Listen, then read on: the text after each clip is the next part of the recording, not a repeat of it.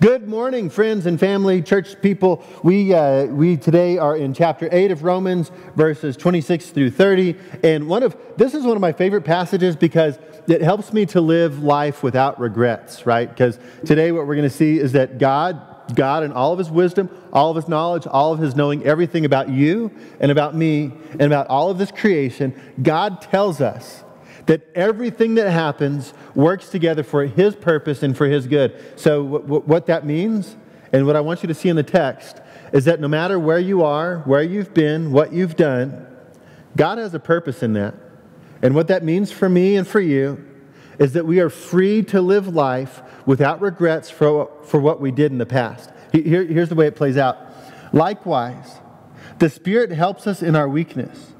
For we do not know what to pray as we ought, but the Spirit Himself intercedes for us with groanings too deep for words.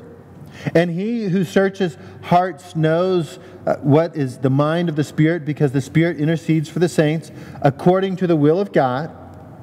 And we know for those who love God, all things work together for good, for those who are called according to His purpose. For those whom He foreknew, He predestined to be conformed to the image of His Son, in order that He might be the firstborn among many brothers. And those whom He predestined, He called. And those whom He called, He justified. And those whom He justified, He glorified.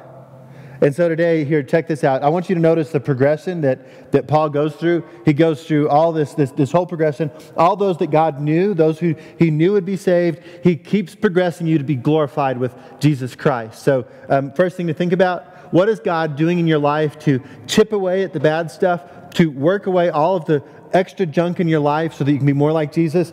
Second thing, get this, that we know, we absolutely know, for those who love God, all things work together for good, for those who are called according to His purpose. Here's the deal. All things aren't good. Amen?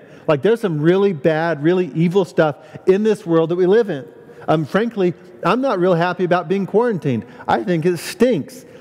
But I know that all things work together for good for those who love God and those who are called according to His purpose. So, question for today, how do you see that maybe God is using this for good today? Or what in your past can you point to and say, that was a really hard time in my life, but I can see today God used that for good, for my good, for His glory, so that I could be a better witness for Him in the future.